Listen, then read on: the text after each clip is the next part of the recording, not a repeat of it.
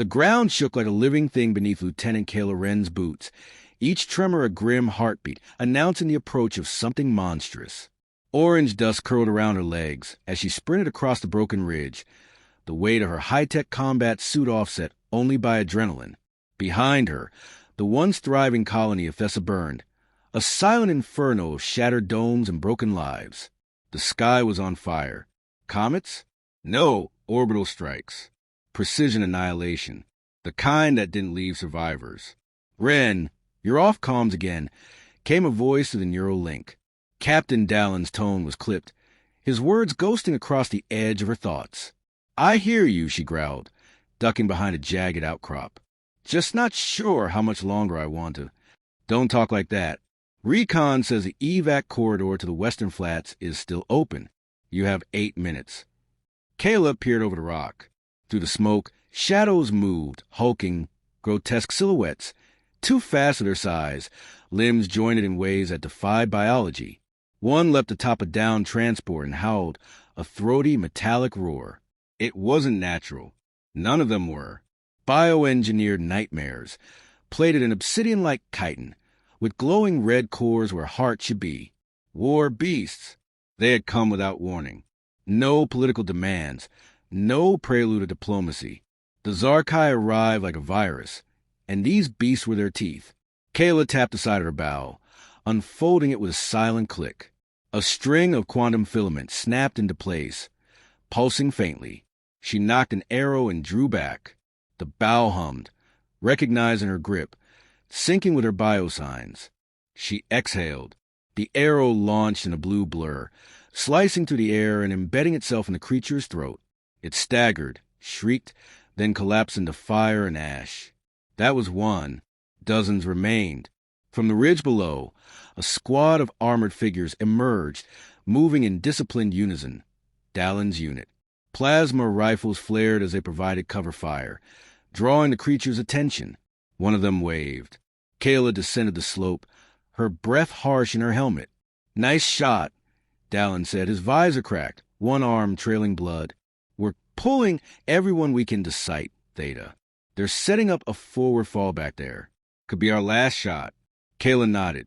"Theta has terrain advantage, but not against them. These things aren't infantry. They're apex predators. We don't need to outfight them, just outlast." That was a lie. They both knew it. Behind them, a scream tore through the din.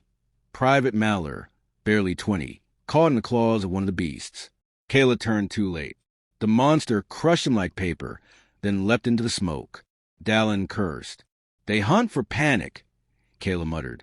"They want us scattered." "Which means we stay close," Dallon said. "Move." The retreat was chaos veiled as coordination. 30 survivors limped toward the edge of the valley, past craters and smoldering debris. Kayla brought up the rear, eyes scanning, bow half raised.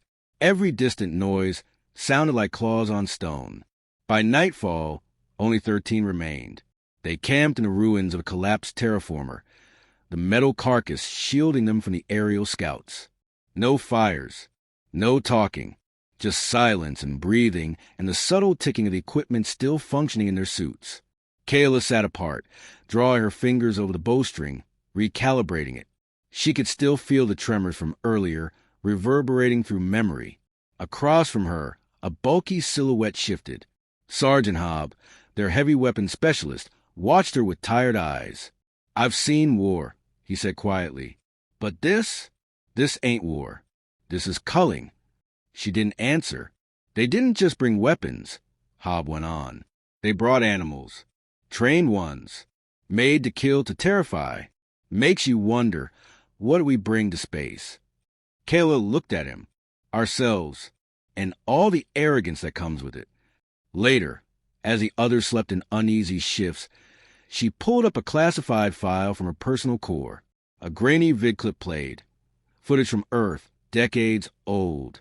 A beast, thick-furred gorilla-like, but standing 3 meters tall, moving through fire, swatting drones in the air. Another clip followed.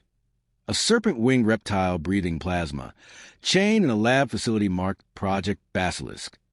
A title scroll by at the bottom, Experimental Biocommand Fauna, Status, Archived. She stared at it for a long time. When the Zarkai first attacked, they'd underestimated humanity's resilience. But humanity had once ruled a planet of monsters, and some of those monsters hadn't died. They'd been shelved, sealed, or lost.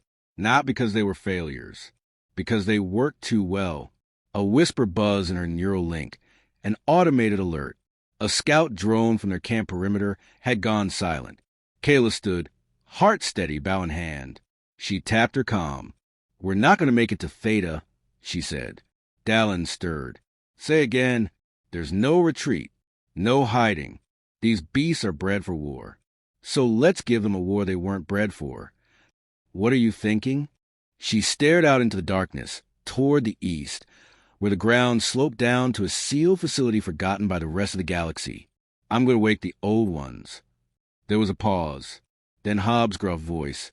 "If you're serious, you'll need a handler. And a death wish." Kayla looked at him, then at the stars. "I've got both." And somewhere in the depths of that buried vault, something opened its eyes. The descent into Vault Aegis was slow, methodical, and filled with the kind of silence that made your heartbeat feel like betrayal. Kayla moved first, her suit's internal systems adjusting to the stagnant air of the subterranean chamber. Dust drifted like ash in the beams of their helmet lights. The structure was ancient, at least 100 years sealed. It was a relic from Earth's final military epoch before humanity turned outward to the stars and buried its worst ideas. Behind her, Sergeant Hobb carried a fusion torch and a scowl. "Still don't know why the hell we built this place," he muttered. "We didn't," Kayla said. "The Black Eden Project wasn't a military initiative. It was exile science. They weren't building weapons. They were hiding them." Dallin's voice crackled through the comms from the surface above. "ETA on those samples?" "Soon," Kayla replied. She turned the corner into main hall, the vault's thick walls suddenly giving way to a room that pulsed faintly with backup power. Holograms flickered to life, their images grainy and cold, schematics, DNA strands, containment instructions. A sealed cylinder stood at the center of the room. Thick glass fog from within. Kayla approached, wiped it clean with her glove, and stared into the eye of something that shouldn't have been preserved. A massive, furred primate, its body enhanced with cybernetic nodes, its arms layered with dermal plating. The heart monitor inside the chamber pulsed green. "He's alive," she whispered. "It is a risk," Hobb growled. "So were the beasts the Zarkai dropped on our colonies," she said. "But ours came with loyalty bred into their bones." A second cylinder came online beside them. This one held a sleek, reptilian predator, shorter but longer, with glistening scales that shimmered between deep violet and black. Its tail twitched once in its nutrient bath, and Kayla stiffened. She knew the species from restricted history files. A Virex. Fast, precise, and rumored to bond by imprinting with its first handler. "We take two," she said. "No more." "Why not wake them all?" Hobb asked, activating the sequence. "Because this isn't an army," she said. "It's a warning shot." Above, the Zarkai fleet had begun scanning for power surges. The enemy knew something had gone underground. They always knew. Kayla had learned to stop underestimating them. But they didn't know what humanity had hidden beneath its own feet. Transporting the beast was slow, deliberate work. The gorilla, Kayla named him Brannick, woke with groggy snarl but was calm with the right neural pulse. A buried command key only the old science officers knew. The Virex needed no such coaxing. It awoke silent, slitted eyes locking on Kayla instantly. She didn't name it, not yet. Naming implied trust, and she hadn't earned that. The return trip to the forward site was worse than the descent. Dallin's unit had taken on survivors from 2 other colonies, and supplies were thin. The war beasts were adapting. A new one had been seen, twice the size of the first, armor like a crustacean, and fast enough to outrun terrain vehicles. Every day the Zarkai let it evolve. Kayla rode beside Brannick in the back of a reinforced crawler, observing his behavior. He was learning already, mimicking, grunting responses to Hobbs' commands. His eyes weren't dull like those alien monsters. They watched, calculated. "You realize," Dallin said through private comms. If this goes sideways, we'll be the ones hunted. Better to be hunted for waking monsters than exterminated without trying. He didn't argue. That was new. The Virex remained caged for now, monitored by drones and Kayla herself. On the second night, she entered its container to administer nutrient regulators. It didn't move, just stared. Not gonna attack? She asked, softly. Or is patience part of your profile? It blinked once. She felt the hair rise on the back of her neck. The bonding began the next day. Brannick was allowed out in a controlled area near the edge of the ravine, with Kayla and Hobb monitoring him from a cliffside platform. The gorilla ignored the restraints.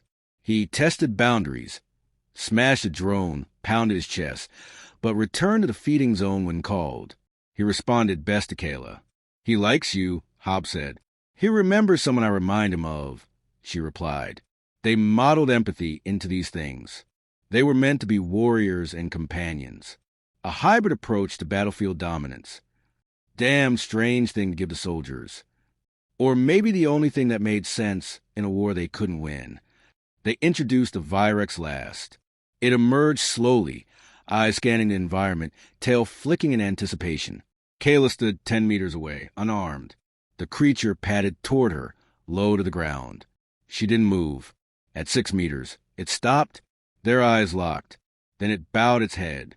That night, Kayla sat beside it in the shelter's quarantine chamber, her fingers running lightly along its plated skull. It tolerated her touch. A small, strange comfort in a world unraveling. 2 days later, the beasts proved themselves. A Zarkai scout team broke through the western perimeter for creatures with long, serrated claws and venomous barbs. Kayla didn't call for reinforcements. She activated the override on Brannick's collar and pointed. Go! Brannick moved like a thunderclap. He slammed into the first creature mid-leap, breaking its back on impact. The second slashed his shoulder. He roared and ripped its head off. The other two turned, sensing the fight had changed. That's when the Virex arrived, silent and unseen. One moment there was air, the next it was blood. The team gathered afterward in stunned silence. Hobb approached the carnage and spat into the dirt. They don't kill like animals, he said. No, Kayla agreed. They kill with memory. Word spread through the remnants of the resistance. For the first time since the invasion, humans began calling for countermeasures, not retreats. Something had shifted. Hope, brittle but real, took root. Dallin gave her a data slate that evening. It was encrypted. When she opened it, it revealed a classified report marked 2 weeks old. The Zarkai were building something massive in the inner ring. A hive structure, possibly for reproduction or amplification. If it finished maturing, the war would end in days. We can't take it down with soldiers, Dallin said. Even orbital fire might not be enough. We won't use soldiers, Kayla replied. He raised an eyebrow. You're thinking of bringing more of them out? No, she said. We're going to train the ones we have. We're not just unleashing beasts. We're forging allies. The Virex let out a low purr from its resting coil, eyes watching her in the firelight. Brannick sat nearby, chewing on a crushed segment of Zarkai armor, like it was bone. She stared into the shadows beyond their flickering perimeter. They came to show us their monsters, she said softly. They have no idea what monsters look like when they choose their own wars. And beyond the darkness, the first stars of dawn began to rise. The air above the frontier ridge was electric, heavy with ash and static as the first thunderstorming weeks rolled over the broken skyline.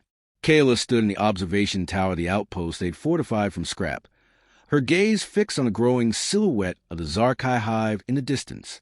Its spires had doubled in size in days, crawling upward with sickening biological rhythm, pulsing with a crimson glow like veins beneath diseased skin. Lightning cracked behind it, illuminating the grotesque architecture in sharp relief.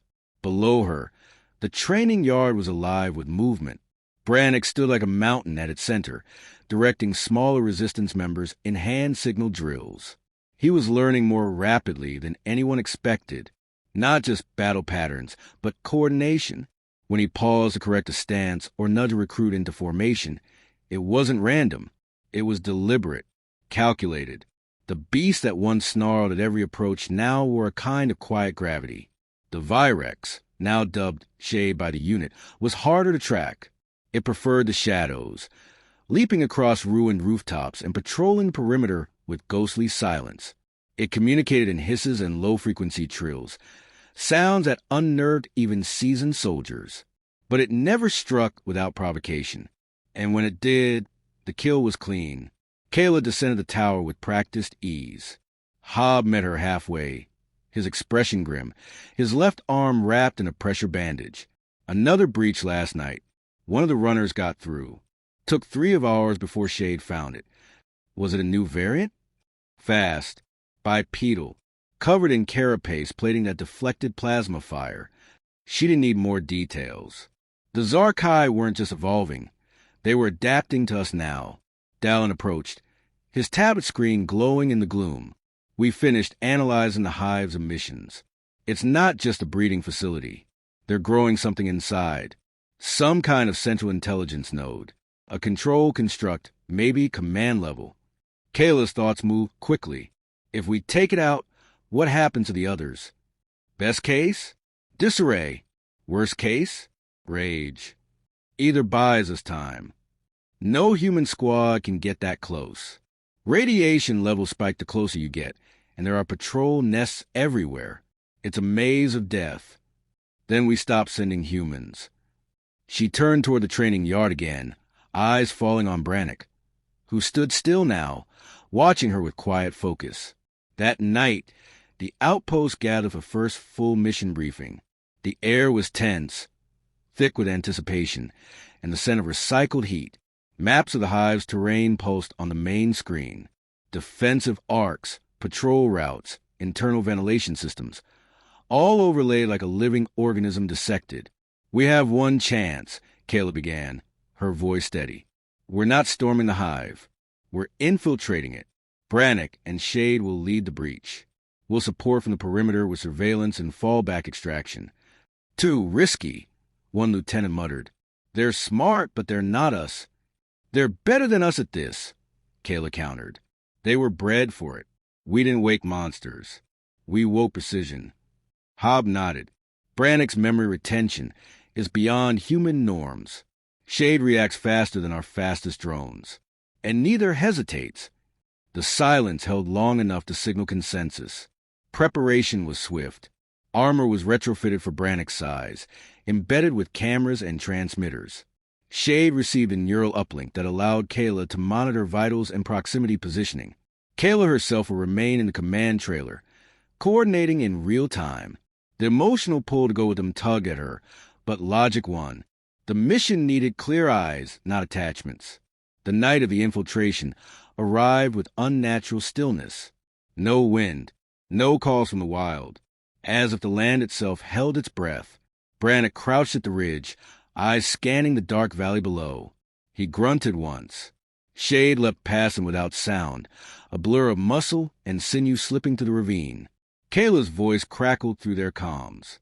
Proceed to breach Point Alpha. Remain undetected. They moved like myths, one a towering force of power, the other a wraith. Drones followed at distance, capturing fragments of their passage. A shattered Zarkai scout, a silent dive through a collapsed tunnel, the narrow avoidances of guard beasts with too many eyes. Inside the hive, it was worse. Heat radiated from the walls. Every surface seemed alive. The pair moved deeper into the labyrinth, guided by Kayla's voice and their own instincts. Shade took point, disabling motion sensors and dispatching lone sentries. Brannick followed, his breathing steady, controlled. Then, without warning, contact flickered. Signal interference, Dallin muttered, fingers flying across the board. They're entering the chamber. Kayla's heart pounded. Static filled her headset. Then, sound, a low growl, a hiss, a roar. The feed returned in flashes. Brannick launching into a fray of armored tendrils, Shade darting up the walls, slicing through synaptic threads. The core chamber was a pulsing mass of organic intelligence, a brain the size of a shuttle pod, suspended in jelly-like tissue. Hit it hard, Kayla whispered. Brannick obeyed. He tore into the structure, each strike sending shockwaves through the hive. Shade targeted nerve clusters, igniting feedback surges that lit the walls like solar flares. Zarkai forces converged instantly. On the surface, Kayla saw the move, hundreds breaking from outposts, storming toward the hive in a stampede. They're defending it like it's a god, Hobb said. It is to them, Kayla replied, and we're killing it. Inside, Brannick roared as a spear-like appendage pierced his side. He didn't stop. Shade vanished in smoke, reappeared above the brain, and drove its claws deep into a pulsating node. A scream echoed, not physical, but mental, a vibration that shook Kayla's core through the feed. Then collapse. The core went dark. The hive's walls slumped, as if the whole structure had exhaled for the last time. Extraction now, Kayla ordered, but the feed cut again. She waited. Seconds dragged into minutes. Her hands trembled. The team was silent. Finally, a drone pinged. Brannick emerged first, limping but upright, coated in thick black ichor. He cradled something in one hand, a fragment of the hive's control core. Shade followed, slower, wounded across the flank but alive. Her eyes locked with Kayla's through the monitor. They had returned. The camp erupted. Cheers, disbelief, even tears. Dallin slumped in his chair, exhausted. Kayla stepped outside, watching the two creatures return to the firelit smoke, not as weapons, but as heroes. She knew the war wasn't over. The Zarkai had more hives, more horrors, but for the first time, humanity had an answer, and they had chosen to fight not alone, but with beasts who had never truly been beasts at all. Snow fell for the first time in a decade. Not ash, not soot, not debris from orbital strikes, but real snow. Kayla stepped out into it cautiously, her boots crunching softly against the untouched white. The air, thinner now after months of chemical exposure, bit at her cheeks through the respirator, but she welcomed the cold. It meant the skies were finally clearing. The war wasn't over, but the planet, at least, had begun to breathe again. Brannick followed her with quiet steps, towering and wrapped in a thermal tarp that barely covered his bulk. He sniffed the air, as if tasting something long forgotten. Then he reached out with one massive, callous hand and caught a snowflake midair. It melted instantly on his metal-plated palm, but he stared at the empty spot it left behind. Does he know what it means? Dallin asked behind her. Kayla didn't answer immediately. He knows something ended. Around them, the remains of the resistance base had transformed. The hollowed-out concrete bunkers were now training centers. Portable greenhouses blinked with artificial light. Civilians who had once fled into the mountains were returning. Cautiously, but with hope etched into their tired faces. The hive was gone. Its destruction had sent a tremor through the Zarkai chain of command. Whole battalions had gone dormant, like puppets without strings. Others had become feral, their cohesion lost. It bought humanity time. Not peace, but a breath between battles. Shade remained a mystery. The Virex moved like a whisper between the cliffs, more solitary than ever since the assault. She no longer tolerated proximity for long. Even Kayla's presence grew limited to minutes at a time before Shade slipped into the rocks again. But she still watched, still protected. Several Zarkai probes had been torn apart at the valley's edge. Shade left them visible, warnings, trophies, promises. Hobb stood at the old perimeter, his new arm still learning its reflexes. The cybernetic limb clicked softly as he adjusted the targeting bracer. "She's not coming back in, is she?" he asked Kayla. "Would you?" she said. Shades not meant for cages. Or comfort. She fought like she had something to lose. Kayla's gaze drifted to Brannick, who was now sitting in the snow, carving something into the ice with his finger. A circle, then a line through it, a rudimentary symbol. "She does," Kayla whispered. "They both do." Plans had already begun for wider deployment. The success of the hive had sparked demands from other colony remnants. People wanted their own Brannicks, their own Shades. But the vaults were unpredictable. Not all beasts would wake as stable. Not all would bond. And the truth gnawed at Kayla. What if these two weren't anomalies, but exceptions? Dallin brought her a communique that evening, one she'd been dreading. It bore the seal of the Interworld Strategic Alliance, the old brass, the Earth-based survivors clinging to order from orbiting habitats. They want the creatures transferred, he said. Immediate redeployment to orbital labs for analysis and replication. Kayla shook her head before he finished. No, they'll force the issue, if not now, soon. They weren't made in labs, she said. They survived them. That's the difference. Dallin said nothing, but she could feel the weight of his silence. He agreed, but he also knew how little that might matter. That night, Kayla took a short hike to the ridge alone, guided by the faint shimmer of thermal beacons.